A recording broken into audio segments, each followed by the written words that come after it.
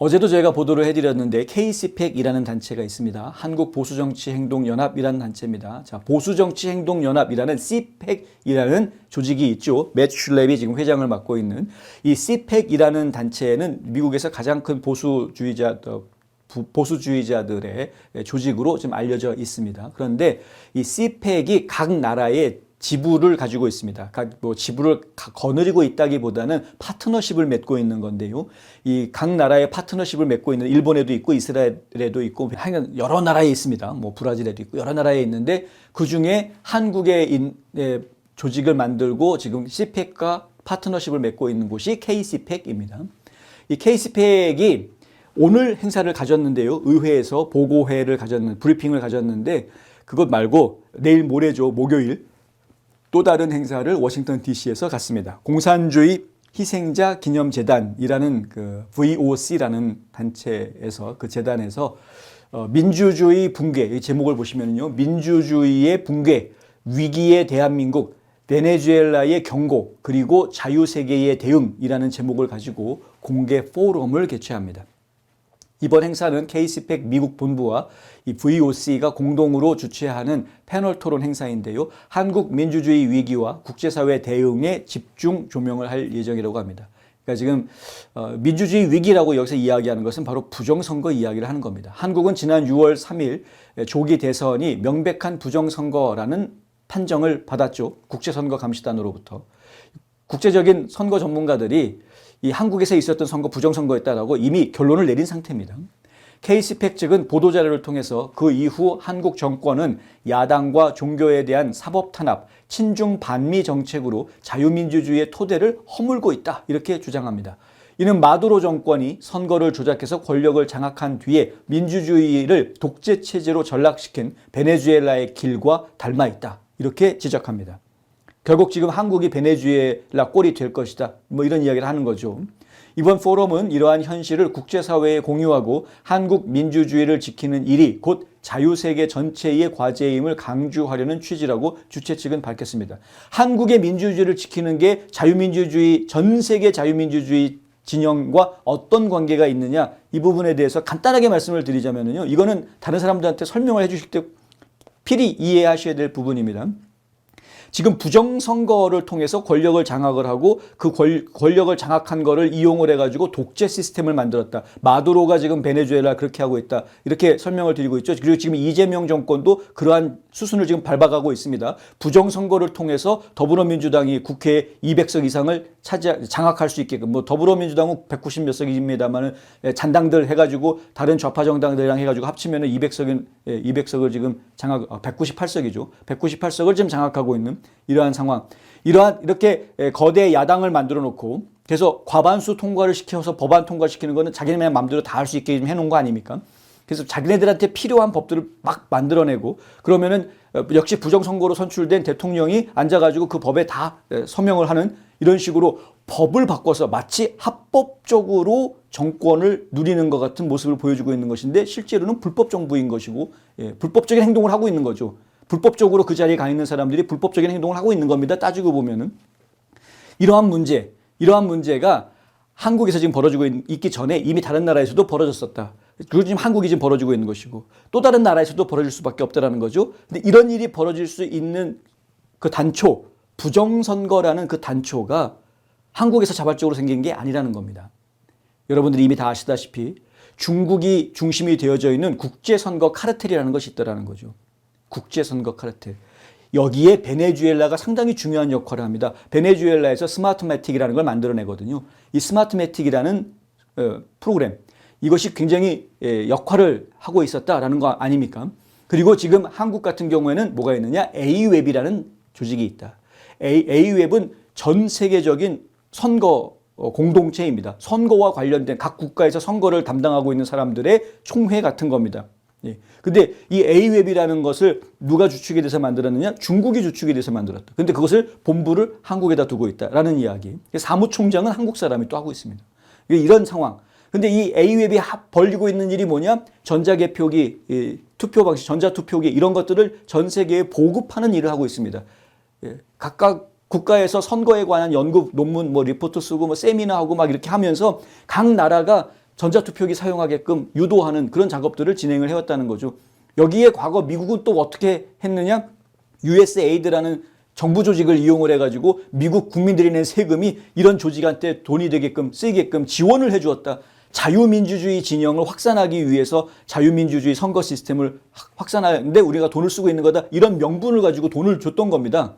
근데 알고 봤더니 그게 아니라 완전히 독재 정권을 만들기 위한 이 중국발 부정선거 카르텔로 전 세계를 장악하려고 했던 이 음모에 오히려 미국 정부가 돈을 대고 있었던 것이 다 드러난 거죠. 그래서 싹 없애버렸습니다. 예. 트럼프가 대통령 다시 복귀한 이후에 싹 다 없애버렸습니다. 그리고 베네수엘라에 대해서 지금 아주 강하게 지금 압박을 하고 있습니다. 베네수엘라 압박하는 이유가 부정선거와도 관련이 되어져 있습니다. 지금 표면적으로는 펜타닐 마약 밀매에 대해서 표면적으로 이야기하고 있습니다만 부정선거에 대한 부분도 가지고 있는 겁니다. 그리고 지금 왕후닝이 총책이 돼가지고 전 세계의 선거 시스템을 건드려서 친중국 정치인들로 전 세계를 뒤엎어버리고 그래서 1대1로를 완성하려고 했던 이 음모, 이 음모, 이거에 지금 대항하기 위해서는 한국이 바로 잡혀야 된다는 이야기, 굉장히 중요한 거죠. 한국의 부정선거 문제가 바로 잡혀야만 그래야 A웹을 중심으로 해서 여러 가지 문제들을 풀어낼 수 있는 단초가 만들어질 수 있는 겁니다. 한국의 부정선거 문제를 덮어버린다거나 한국이 완전히 중국한테 완전히 넘어가 버려서 자유민주주의 국가가 완전히 안 되고 미국하고 완전히 디커플링이 돼버리는 순간까지 그냥 방치해두고 있다가는 그랬다가는 영영 돌이킬 수 없는 일들이 벌어지게 된다는 겁니다. 한국만 잃어버리는 게 아닙니다. 미국 입장에서 보아서는. 전 세계 자유민주주의 진영 자체가 큰 타격을 받을 수밖에 없는 겁니다. 이 부분을 지금 미국에 있는 정치인들 그리고 미국의 언론들한테 알려주고 설득시키기 위해서 이런 행사를 하는 겁니다.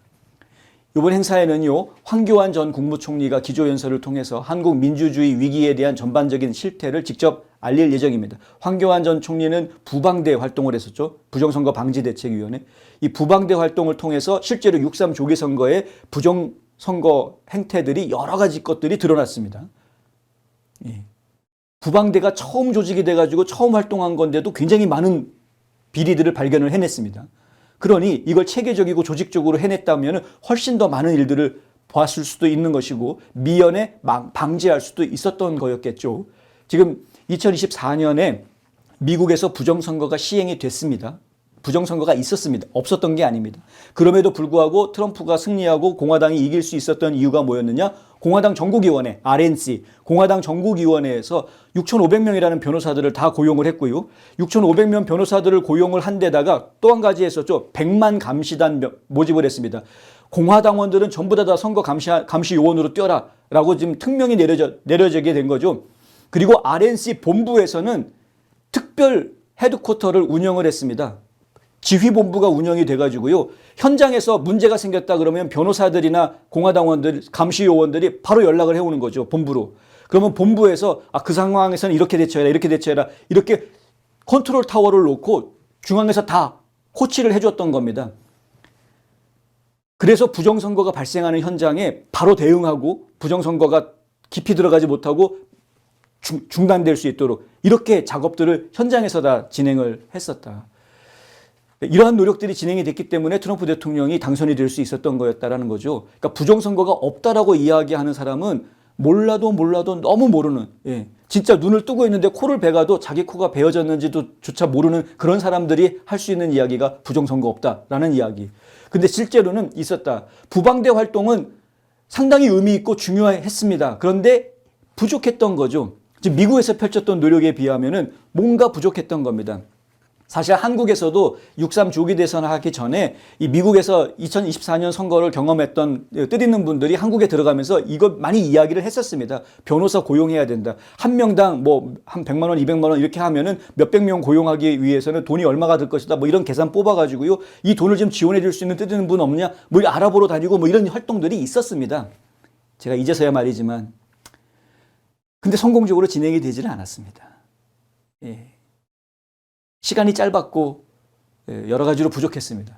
그래서 그러니까 부정선거를 막아내는 성과를 내는데 좀 미약했던 것이 사실이었습니다. 근데 어찌됐든 이런 부방대 활동을 좀 더 강화했더라면 하는 아쉬움은 계속 있는 거거든요. 다음 선거 때는 확실히 더 강화시켜야 될 것인데 이걸 하지 못하게끔 이미 벌써부터 압박을 하고 있지 않습니까? 부방대 압수수색하고, 예? 기소하고 막, 예? 구속하려고 그러고 벌써부터 압박을 하고 있는 이런 상황. 다음 선거가 치러지기 전에 그들은 옳은 이야기를 하려고 하는 모든 시민들을 다 손발을 꽁꽁 묶어 놓으려고 하는 모습을 저희가 지금 보고 있는 겁니다. 한국에서.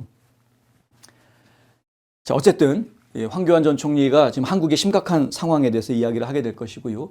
에릭 페러슨 VOC 회장이 권위주의 정권의 전형적 행태를 분석하고 한국과 베네수엘라의 교훈을 짚어주는 그러한 내용의 개회사를 할 예정이라고 합니다. 그리고 미국 우선주의 정책연구소, 이 AFPI라는 연구소, 여기에서 외교 전문가로 활동을 하고 있는 바트 마르코이스, 지난주 저희 미주 한인 포럼에서도 원영석 기자하고 대담하는 것을 저희가 생중계를 해드렸었는데, 이 바트 마르코이스 이 전 에너지부 수석 차관보, 이분도 이번에 이제 연사로 나오고요. 한국 정권의 친중 반미 정책이 세계 안보 질서에 주는 파장을 이제 설명한다고 합니다.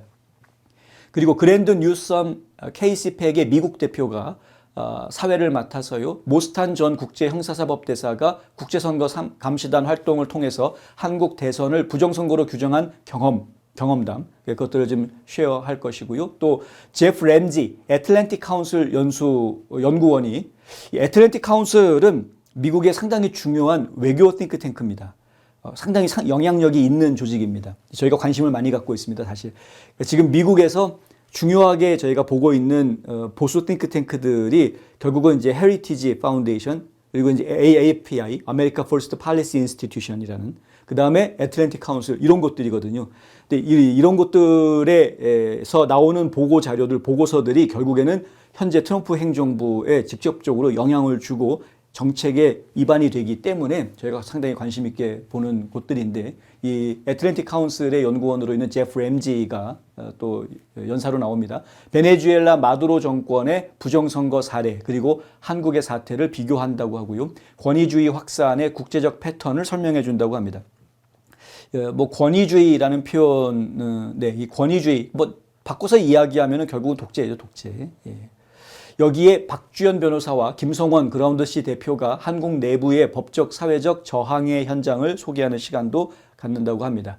이번 포럼은 미국과 국제 언론 기자들, 그리고 보수 인권 띵크탱크의 연구자들, 또 종교단체 관계자, 라틴 아메리카 및 아시아 문제 전문가들, 그리고 관심 있는 워싱턴 지역 교민들이 참석할 것으로 알려져 있습니다. 주최 측은 한국과 베네수엘라의 사례를 통해서 자유는 스스로 지켜야 하는 것이고 침묵은 곧 독재에 동조하는 것이다 라는 이 메시지를 공유하는 국제연대의 무대가 될 것으로 기대한다, 이렇게 밝히고 있습니다. 국제연대가 필요하다라는 거죠. 이거 한 나라의 힘으로 하기가 어려운 부분. 그래서 지금 한국에 계신 분들이 미국이 언제 도와줄까 기다리고 계시는 이유를 저희 충분히 이해를 합니다. 미국이 분명히 도와줄 것입니다. 네, 도와주긴 도와줄 것입니다. 근데 미국이 도와줘야만 무엇을 할 수 있는 것은 절대 아니다라는 말씀을 다시 한번 드립니다. 한국에서 무엇인가 노력을 하실 때 미국의 도움이 영향력을 가지고 효과를 낼 수 있는 거지, 한국에 있는 국민 여러분들이 진짜 움직여주지 않는다면 미국에서 도와주는 그 도움이 그냥 물거품이 될 가능성이 큽니다. 그래서 한국에 계신 분들이 움직여 주셔야 된다라고 말씀을 저희가 계속 드리고 있는 것이고요. 물론 지금 많이 나와서 모여주시고 목소리 내주시고 또 행진도 하고 뭐 여러 가지 또 잘못된 법안 위반되는 거에 대해서 반대 캠페인도 열심히 해주고 계시고 여러 가지 활동들 하고 계신 것을 제가 모르고 있는 것은 아닙니다. 알고는 있습니다만은 그 노력들이 더 진행이 돼야 될 것이고요. 그리고 한 단계 더 나아가는 모습도 좀 저희가 봤으면 좋겠다라는 거죠. 좀 필요한 때가 점점 무르익어 가고 있습니다. 점점점 더 무르익어 가고 있습니다.